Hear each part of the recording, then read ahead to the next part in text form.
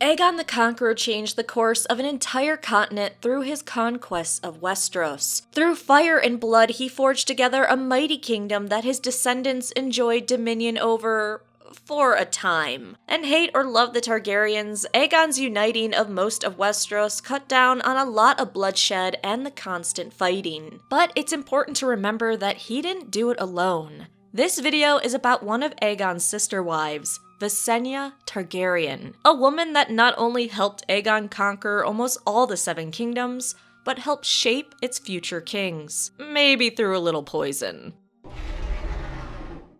Visenya Targaryen, born in 28 or 29 BC, was the firstborn child of Aerion Targaryen and Lady Vallana of House Velaryon, who was half Targaryen on her mother's side. She came into this world on her family's home of Dragonstone, where the Targaryens had fled to after Daenys the Dreamer, around a century prior, had seen the doom of Valyria. Good thing, as if Daenys' vision had not pushed her father to flee Valyria, the Targaryens would have been dead like all the other dragon lords. Thanks to Visenya's family attempting to keep the bloodlines pure, and by extension keeping the traditional Valyrian features, by lots of intermarrying within the family, Visenya was born looking like a traditional Valyrian and Targaryen, with purple eyes and silver gold hair. She would grow to be beautiful, but in a harsh sort of way that matched her unforgiving, stern, and serious nature. But Visenya wouldn't grow up alone on Dragonstone. Her parents welcomed a baby boy named Aegon 2 years later in 27 BC, and a girl named Rhaenys in 25 or 26 BC, when Visenya was around 3 or 4 years old. While Aegon was a bit like Visenya, stern yet charismatic,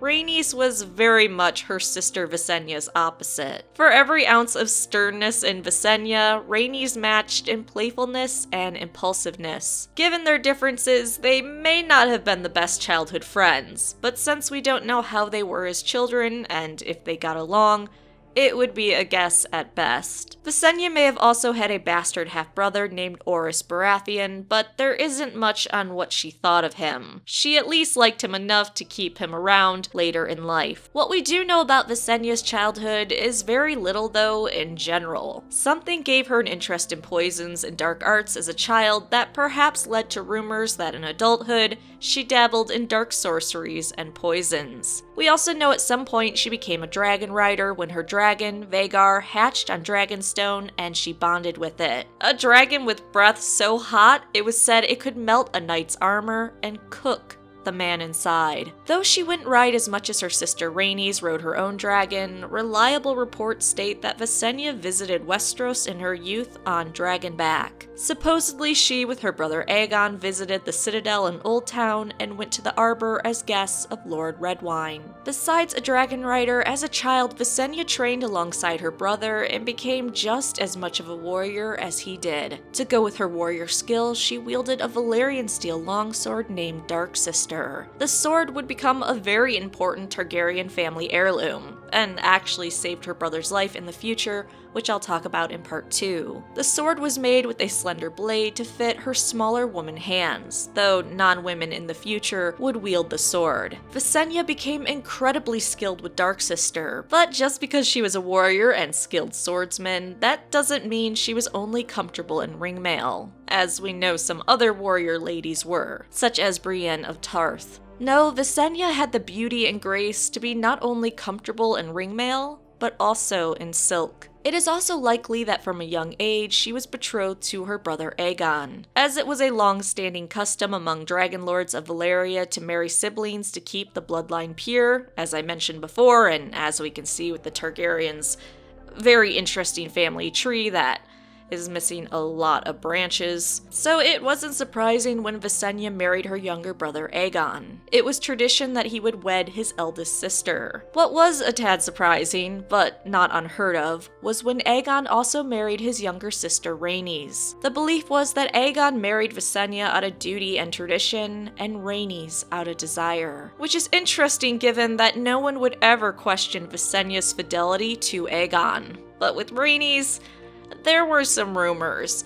She really liked being surrounded by pretty men. Despite that, Aegon would spend 10 nights with Rhaenys for every one he spent with Visenya. So clearly he had a favorite wife, and it wasn't Visenya. How much did that bother her? Who can say? Besides George. However, Aegon would be thankful to have her by his side when he decided in 2 BC to conquer the 7 kingdoms, or as many as he could. After some disastrous marriage proposals that ended with Aegon offering up his best friend and maybe bastard brother Orys to Argilac the Storm King's daughter, Aegon called his banners to Dragonstone and took counsel with them and his sisters. The details of what Visenya may have added to this meeting isn't known, but it ended with Aegon sending ravens to the rulers of the 7 kingdoms that let them know he was going to be the only king in Westeros. Submit and keep your titles and lands, or die. After some replies he didn't like, Aegon, Visenya, and Rhaenys and fewer than 1,600 men landed on the mouth of the Blackwater Rush next to 3 hills. On the highest of the hills, Aegon had Aegon Fort made, and his sisters quickly went to work securing territories and victories for him. Which from here, I'll only talk about Visenya's part in the conquest, as the video is about her, but I will be adding in bits about her siblings if it helps with context of what she was doing. I have other videos on the entire conquest if it is something you're interested in. And really, the conquest in itself is a lot of fun. In a lot of people died sort of way, I guess. So shortly after landing in Westeros, Visenya headed to Stokeworth on her dragon to deal with them. They fought a bit, some bolts were fired at Visenya by crossbowmen, but when she released Vhagar's flames on the roofs of the castle keep, setting it on fire, they decided smartly to submit. She was incredibly smart in taking Duskendale next, and Visenya kept the town from being sacked so she could take its riches to greatly add to her and her siblings' wealth as they took on the rest of Westeros. After claiming these territories and her siblings adding to it with their own victories, Aegon officially had a battle standard created. A red 3-headed dragon breathing fire on a black field, which showed those of Westeros he was now one of them. The now Queen Visenya placed a Valyrian steel circlet studded with rubies on her brother Aegon's head, as her sister and Aegon's other wife, Queen Rhaenys, declared him Aegon, first of his name, King of all Westeros, and Shield of his people. Dragons roared, the lords and knights now serving Aegon cheered, but the small folk shouted the loudest of them all. Despite this happy coronation, there was still work to be done, and within days of the ceremony, Aegon's armies marched again. While her siblings attended to other problems and areas of Westeros, Visenya went with the Targaryen fleet controlled by Daemon Velaryon to attack Gulltown and the Vale. This attack didn't go too well for Visenya at first. The Arryn fleet, which had added a dozen Braavosi warships, met the Targaryen fleet in the waters off of Gulltown, killing Daemon and sinking a third of the Targaryen ships and capturing near as many. But they didn't have one important thing: a dragon. Visenya, riding Vhagar, descended on the Arryn fleet, setting their ships on fire. It became quickly apparent that they would be no match for Visenya on her dragon. This power move resulted in her moving through the area, accepting pledges of loyalty. She eventually ended up on Crackclaw Point, where there were many passionate pledges of loyalty to House Targaryen from the local lords, who probably didn't want the shit burned out of them. And I don't blame them. Imagine the Field of Fire 2.0 we saw in the show. Watching people being burned alive by dragons is terrifying.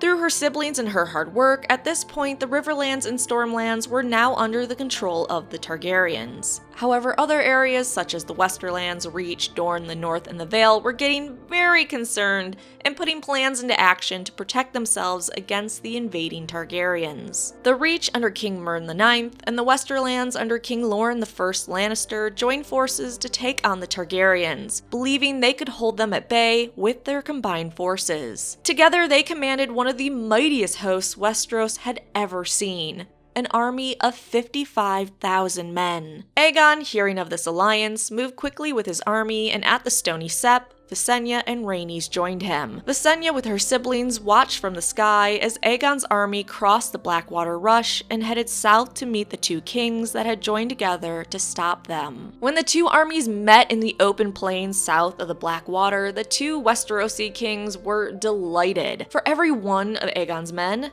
they had 5. But these numbers don't mean much when you have 3 dragons watching the battle, ready to join in at any moment. The battle in itself was interesting, but it ended with Visenya, Aegon, and Rhaenys using their dragons to create a field of fire. See, what the 2 Westerosi kings did not notice was they were surrounded by dry, tall grass and wheat. Visenya and Rhaenys set fire upwind of their enemy and behind them. The dry grass quickly went up in flames, and smoke blew in the faces of their enemies, blinding them and terrifying their horses. Walls of fire rose up on all sides, and by the end of the battle, more than 4,000 men died in the flames, with tens of thousands suffering burns that scarred some of them for life. While it was a sound battle, during the fight, Visenya took an arrow to one shoulder, but quickly recovered. Her dragon took the opportunity to feed on the dead with the other 2 dragons while she healed. With the Westerlands now under his control, Aegon marched to the Reach, where the Tyrells, stewards of Highgarden, quickly pledged themselves to Aegon. They didn't even want to put up a fight. He would have continued south, but heard the North, led by King Torrhen Stark, were crossing the neck and into the Riverlands to fight. This prompted Aegon to send word to his 2 sisters and all the lords and knights that now followed him to meet him to take on the Northern King. When King Stark reached the Trident, he saw not only Aegon's army, which was very big at this point, but Visenya and Rhaenys and Aegon on their dragons. Seeing the 3 Targaryens on their dragons and their now enormous hosts, he quickly bent the knee, not wanting a repeat of the Field of Fire. After securing the North, Aegon once again sent his sisters on other business. Visenya was sent to the Vale in a second attempt to conquer it for her brother. In the Vale, Queen Shara of the Vale, known as the Flower of the Mountain in her youth, served as a regent for her son Ronald. When her marriage proposal to Aegon wasn't accepted and she saw the devastation the Targaryens were bringing to the 7 Kingdoms, she decided it was best to hide in Eyrie and strengthened the defenses of Gulltown, fortified the Bloody Gate, and had tripled the size of the garrisons in Stone, Snow, and Sky, the castles that guarded the Eyrie. Visenya, though, she was a smart woman. The fortifications meant nothing to her, and she breezed past them, using her dragon to land in the Erie's inner courtyard.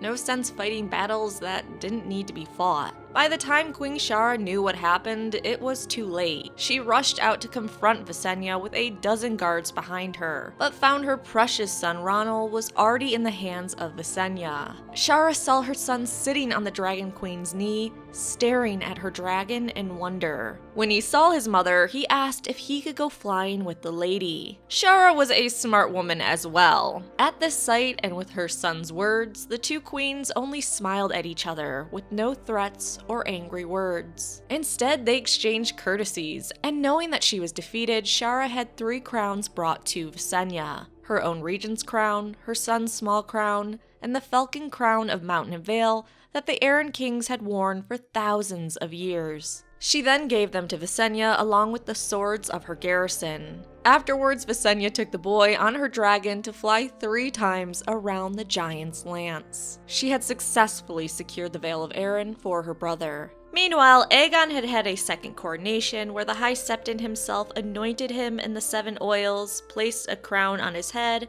and declared him king. So Aegon, with the help of his sisters, had officially united the 7 kingdoms, most the 7 kingdoms, into one great realm. He then returned to where he had originally landed, later to be known as King's Landing, and raised up a new town, ruling from a great metal seat made from the twisted and broken blades of his foes. In 1 AC, at the age of 29, Visenya became one of the queens of the 7 kingdoms, along with her double sister Rhaenys, who was about 25 years old at the time. Of course, both of their husband and king was Aegon, who was about 27 years old. Aegon had decided that he would rule from Aegon Fort, where he had landed, and the new city growing around it became known as King's Landing, because, as you know, George R. R. Martin is really creative with names. This royal city, crowded, muddy, and stinking, and always full of activity, rose up around Aegon Fort and would grow to surpass the great cities of Old Town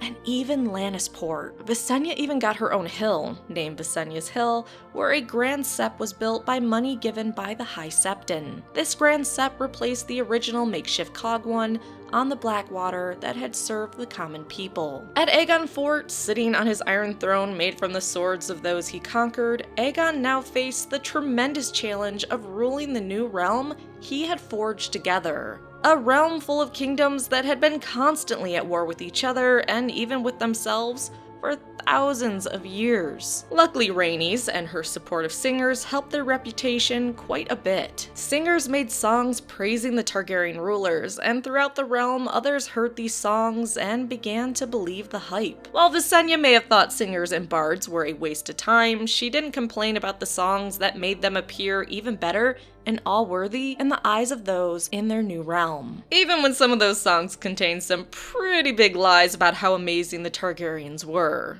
Aegon further helped knit the realm together by going on his royal progresses, where he would put awe, and fear if needed, into his new subjects. While he made these progresses 6 months out of every year, he left the day-to-day running of the realm to his sisters and most trusted counselors. This did wonders for the Targaryen relations with the rest of the realm. But there was a bigger problem that Aegon, and therefore Visenya and Rhaenys, had to deal with. The realm he forged together, well, wasn't actually completely forged together. The Iron Islands were in a state of chaos after the Targaryens had killed Harren the Black, and Dorne still refused to submit. In knitting more of the realm together, it was time in 2AC to bring the Iron Islands into the fold, even if the majority of the Seven Kingdoms really hated the Ironborn, which Aegon did successfully, and the Iron Islands was folded into his new kingdom. But this wasn't good enough for Aegon. He wanted Dorne to come into his new realm as well. This led to the First Dornish War in 4AC, a war that would take away the thing Aegon loved the most and end in absolute disaster.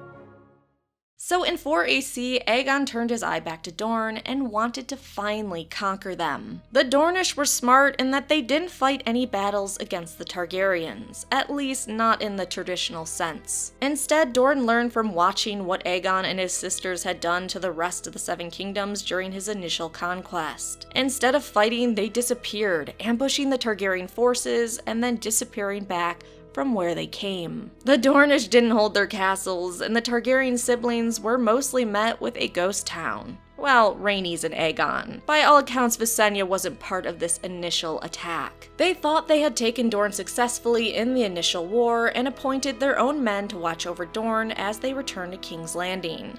Well, Dorne was anything but secure. Shortly after Aegon and Rhaenys returned to King's Landing, they heard that the Dornish lords had rebelled against the Targaryens and the men they placed in Dorne to rule it. By 5AC, Lord Tyrell, who was in charge of putting down revolts, disappeared in the sands with his entire army, just gone. Entire garrisons of the Targaryen men were mutilated and tortured in horrific ways. In 7AC, the Targaryens' men that were captured and not killed during the rebellion were ransomed back for each man's weight in gold. But they were each missing their sword hands, so to never take up arms against Dorne again. Understandably, this pissed the Targaryens off. Aegon and his siblings set fire to the castles that refused to submit over and over. The Dornish responded by, well, also burning things. On the third time the Targaryens released their dragons on Dorne, tragedy struck for their family. Unfortunately, Rhaenys died during this time in 10AC when her dragon was shot down over Hellholt. The death of Rhaenys during this war caused the 2 years afterwards to be labeled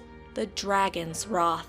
Both Aegon and Visenya, devastated at the loss of their sister, took their dragons and set every castle, keep, and holdfast in Dorne, besides Sunspear and the Shadow City, on fire at least once. It is thought Sunspear was spared because the Targaryens feared they had anti-dragon weapons. But another thought is they did it to make the rest of Dorne believe the Martells had paid for their own safety and abandon the rest of Dorne. If that actually was their plan, it didn't work out the way they thought it would. Not only that, but Visenya and Aegon put prices on the heads of Dornish lords, resulting in 6+ Dornish lords being killed by assassins. But it was this action that also made the Dornish send their own killers in return, which led to even more bloodshed. This resulted in Visenya and Aegon being targeted quite a few times. In one case, Visenya and her escort were attacked, and 2 of her guards were slain before she cut down the last of the attackers with her sword Dark Sister. And many others met gruesome fates from the Dornish assassins. Now, and this might sound terrible to say, despite a lot of bloodshed coming from this last part of the Dornish War, there was also some good. It resulted in the formation of the Kingsguard.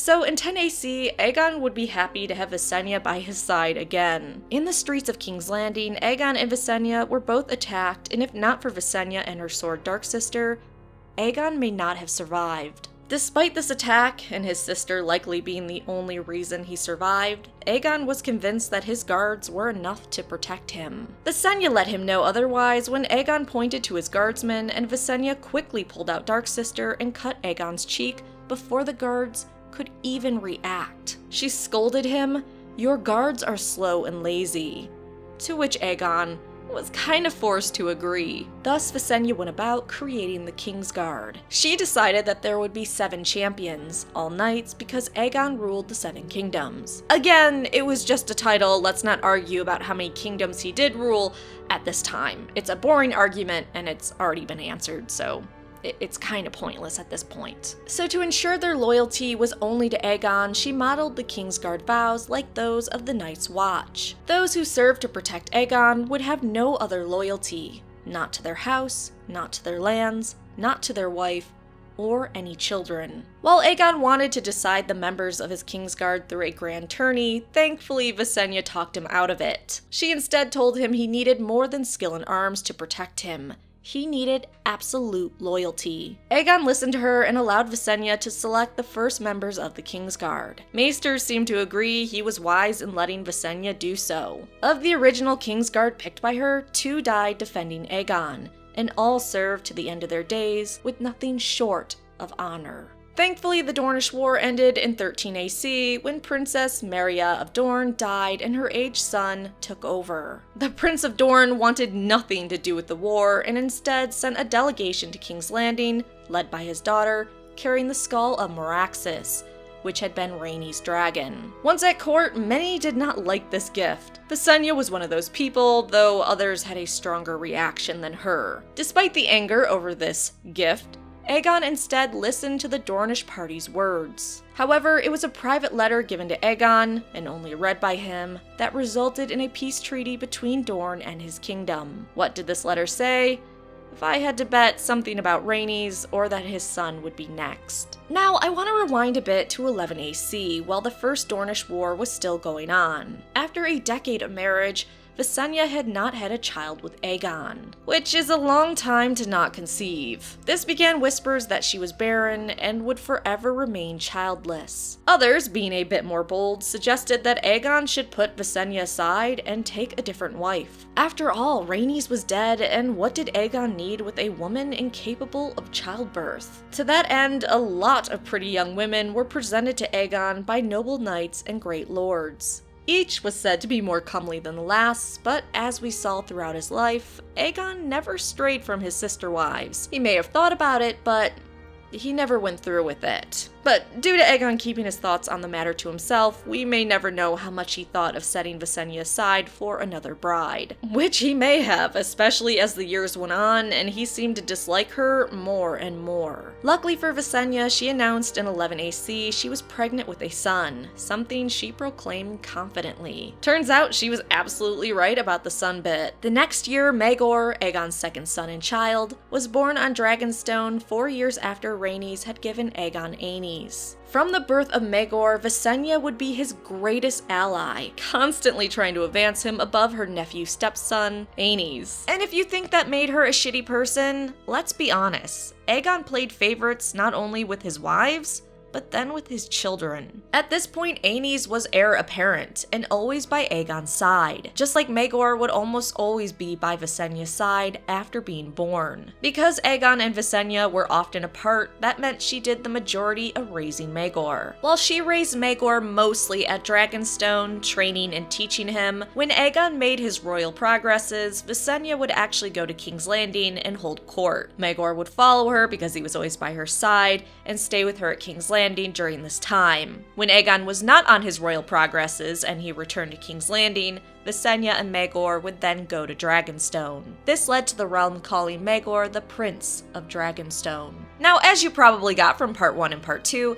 Visenya was an intense woman. So you can imagine that being basically the sole parent of Maegor, she raised him with that same intensity. Visenya, being the badass she is, decided her son at 3 years old was ready to start training with weapons. Yeah, she put a sword in the hand of Maegor at the age of 3. Stories state the first thing he did was butcher one of the castle cats with the sword, but that can't be proved. Maegor quickly became skilled with the blade, and Visenya appointed Sir Gawain Corbray, about the deadliest knight in the Seven Kingdoms at the time, as his first master-at-arms. This lady wasn't messing around. Her son became a squire at the age of 8, and by the age of 13 in 25 AC, Maegor was given Visenya's Valyrian steel sword Dark Sister as a name day present. So far, Visenya had raised a child that was very capable of defending himself and others, even if she also raised a child that had a cruelty in him. As an example, at the age of 8, Maegor had stabbed a horse to death for kicking him in the stables, and had done some other not great things. But he was her son, and she wanted great things for him, so Visenya stood by his side. It makes sense that when Aenys and his wife, Alyssa Velaryon, had their firstborn, a girl named Rhaena, that Visenya worried. Until they had children, Maegor was the heir apparent after his brother, the second in line of succession. She wondered, was her son Maegor still second in line? Or would he fall third to the new princess? To settle the matter, Visenya proposed to marry her son Maegor to Aenys' first child. That way, it would become a non-issue. But not only did Aenys and his wife speak out against the match, the two brothers weren't very close, but the idea was shot down so hard by the High Septon, and he put up such a protest, that instead Maegor was married to the High Septon's niece, Lady Cerise of House Hightower, in 25 AC. No children came for Maegor, but Alyssa and the future King Aenys were very fruitful. With every addition to the king's family, Visenya watched her son slip further and further down in the line of succession, something she didn't like at all. But Visenya had other things to worry about. Sadly, Visenya was reminded that she was the least favorite sister wife often. The relationship between Aegon and Visenya had never been a warm one, but after Rhaenys death, it grew even colder and more distant. When in 35 AC, Aegon decided to tear down the initial palisade to make the Red Keep a castle that would be fit for the Targaryen rulers, he put Visenya in charge of building it. This wasn't because he thought she'd do a great job, though I'm sure he knew she would. Maesters believe he put Visenya in charge of the construction of the Red Keep so that he wouldn't have to be around her while he was at Dragonstone. That's just cold, but at least he never took another wife to make her feel even more unloved. 2 years later, in 37 AC, her husband Aegon would die, and her dragon Vhagar would supply the flames to cremate her husband. With Aegon dead, that meant the crown went to Rhaenys and Aegon's son, Aenys, who was born before Visenya and Aegon's son, Maegor. When Maegor knelt to honor Aenys as the new king, his brother lifted him up, telling him to never kneel to him again, and that they would rule the realm together. Aenys, not being much of a warrior, had gifted Maegor Blackfire, Aegon the Conqueror's sword, telling Maegor he was more fit to wield it, and that if he wielded it in his service, he would be content. Visenya, who obviously wanted her son to rule, was not shy about saying Aenys was unfit to rule, and that by giving Blackfire to her son Maegor, Aenys was admitting he lacked the strength to be king. It's reported that Visenya said, after Aenys became king and gave Blackfire to Maegor, "The truth is plain enough. Even Aenys sees it. Why else would he have given Blackfire to my son? He knows that only Maegor has the strength to rule." Which, she was kinda right.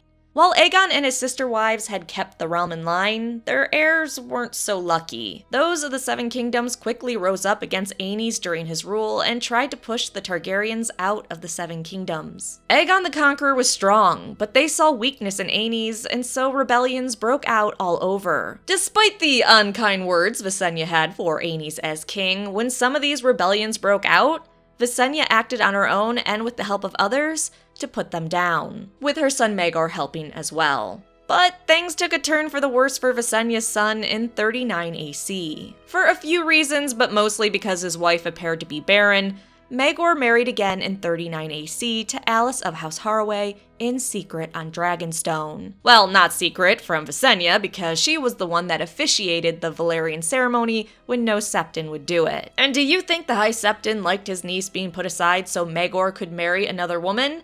Hell no. This resulted in King Aenys giving his brother an ultimatum, and Maegor deciding to pick exiling himself in Essos for 5 years. But that wasn't enough. More needed to be done to repair the damage between the Faith and the Targaryen rule. And stupidly, while there was still unrest and ill feelings with the Faith, Aenys decided to marry his 2 children to each other. This did not go over well in multiple ways. First, Visenya was present at the wedding, and at the feast after the ceremony, King Aenys named his son Aegon Prince of Dragonstone, a title that had belonged to Maegor. Visenya was pissed, to say the least. She left the feast in protest, stalking away from the high table. She then returned to Dragonstone on her dragon Vhagar. If the songs can be believed, the moon turned red as Visenya and her dragon passed it. So, not a great sign.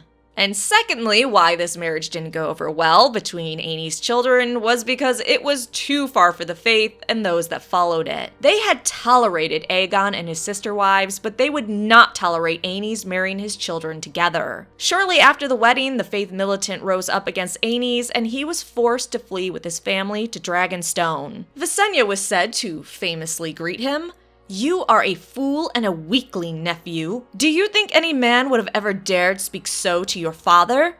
You have a dragon. Use him. Fly to Oldtown and make this starry Sepp another Harrenhal. Or give me leave, and let me roast this pious fool for you." Vhagar grows old, but her fires still burn hot. Despite Visenya counseling Aenys to bring fire and blood with his dragons to the Starry Sepp and the Sepp of Remembrance, Aenys refused. Instead, he sent Visenya to her chambers in the Sea Dragon Tower and ordered her to remain there. But nobody puts Visenya in the corner. And if I had to guess, this is the moment Visenya put some plans into motion to put her hand in the poison jar.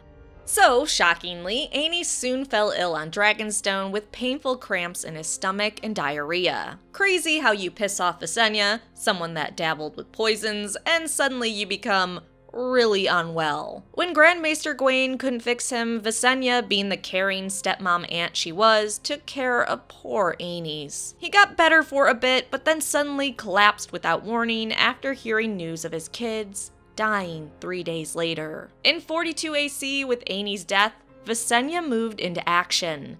Instead of attending his funeral, within an hour of Aenys dying, Visenya took her dragon and flew to Pentos, bringing her son Maegor back to Westeros. Once her and Maegor were back on Dragonstone, she crowned him king and placed the Iron Crown of Aegon I on her son's head, despite Aenys' children rightfully being the next in line. Visenya didn't care. Her son was going to rule. And obviously Maegor wasn't torn up about taking his nephew's throne either, because he went along with it. Next, Visenya and Maegor rode their dragons to King's Landing, much to the anger of those in the city. The faith was still strong here, and they had hoped the Targaryens were gone from King's Landing for good. Visenya and Maegor showed them just how wrong they were. Together, they raised the Targaryen standards on Visenya's hill and called for Maegor's loyal men to gather. When they did, Visenya stated Maegor was a true king, blood of Aegon the Conqueror, who was my brother, my husband,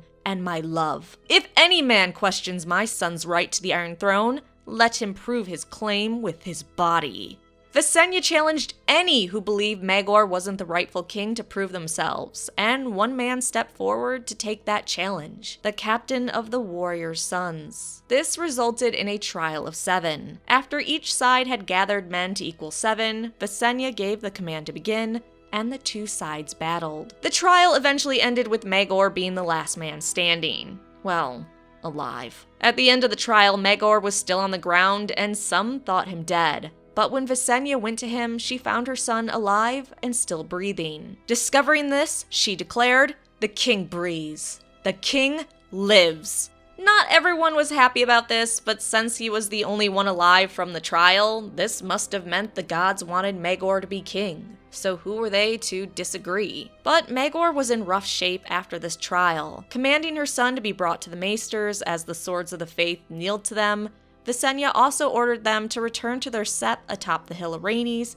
as she focused on her son. Maegor was taken to get medical attention, but the trial resulted in the man going into a coma. Maesters did all they could, but for days on end, Maegor remained unconscious. While the Maesters attended to her son, Visenya commanded the Kingsguard that had arrived from Dragonstone to take command of thousands of Targaryen loyalists in the city and surround the hill of Aenys. She knew that the warriors' sons were torn between obeying Maegor, as he had won the trial, and fighting against him and for the High Septon. On day 28 of Maegor's coma, Maegor's wife Alice came from Pentos with Maegor's lover, Tyanna of the Tower. Apparently Visenya approved of Tyanna, as after meeting her, Visenya gave Maegor's care to the woman and the woman alone. Visenya once again made a fantastic choice, and on day 30, Maegor awoke. Visenya's son was awake and ready to rule his kingdom. Well, the kingdom he stole from his nephews. Sometime later, when Maegor took Tyanna of the Tower for his third wife, some protested, but not his mother, despite the belief that she began to really not like the woman. This may have been for a few reasons, including some moms have a really hard time with other ladies being in their sons' lives, which Maegor would soon collect a lot of ladies, but this video isn't about Maegor. For a time, Maegor as king was said to be ruled by 3 queens, one of which being his mother Visenya, and the other 2 being his wives Alice and Tyanna. Likely seeing her ambition and again not liking her son's ear going to another woman, soon Visenya began to distrust Tyanna, and a rivalry developed between the 2 women. Next, we know in 42 AC, Visenya flew to Driftmark on her dragon to convince Aenys' widow, Alisha Velaryon, to leave her father's castle and return to King's Landing, which Alisha actually ended up doing. Then in 43 AC, still absolutely in her son's corner, Visenya would aid her son in taking care of those that refused to answer his royal summons. Taking her dragon, Visenya flew to the Riverlands and set several of the houses there on fire. Visenya and Maegor next decided to focus on the High Septon, who had been very outspoken against Maegor and his many marriages. The mother and son on their dragons threatened to incinerate the Starry Sept, but as fate would have it, the High Septon suddenly died. News Visenya heard first, and Lord Hightower opened the city gates. Funny how a High Septon suddenly dies when Old Town is at risk for being burned down. Which there are those that believe it was actually Visenya who killed the High Septon, but it can't be proven. Thankfully, the new High Septon was much more forgiving of Maegor's many wives, and Visenya watched as he anointed her son and declared him king. Soon afterwards, she returned to Dragonstone with her dragon and left Maegor at Old Town. Visenya would continue to assert her son's rightful place as king from time to time. Guiding him, she at times encouraged him to kill, and at other times, such as after his victory at the battle beneath the God's Eye when Aenys' son rose up to take his rightful crown, she persuaded him to spare the lives of several highborn rebels. Later, after Prince Aegon, Aenys' son, was killed by Maegor, Queen Alisha and her 2 youngest children, Alysanne and Jaehaerys, were made Visenya's wards, really prisoners, on Dragonstone by Maegor. There's a lot of blanks on what Visenya did from the time Maegor woke from his coma to her death, so the next thing we know is Visenya passed in 44 AC after she had grown thin and haggard, with those stating it was as if the flesh had melted from her bones. She died while her son was on campaign, and Alisha and her 2 children took the opportunity to slip away from the castle and take Visenya's sword Dark Sister with them. Visenya was cremated as tradition with Targaryens, and her bones and ashes were put beside her brother Aegon the Conqueror. Many years after her death, people would be sure it was Visenya that had killed her nephew. Visenya had everything to gain from killing Aenys, and as all could see, she had little pity for fuck-ups. She had been her son's greatest ally from birth, and had always done everything to see him rise higher than Aenys. Some would even call her Kingslayer and Kinslayer after her death. But that is all we know so far of Visenya, one of the first Targaryen queens. Perhaps with the release of Fire and Blood this year, we'll learn a bit more.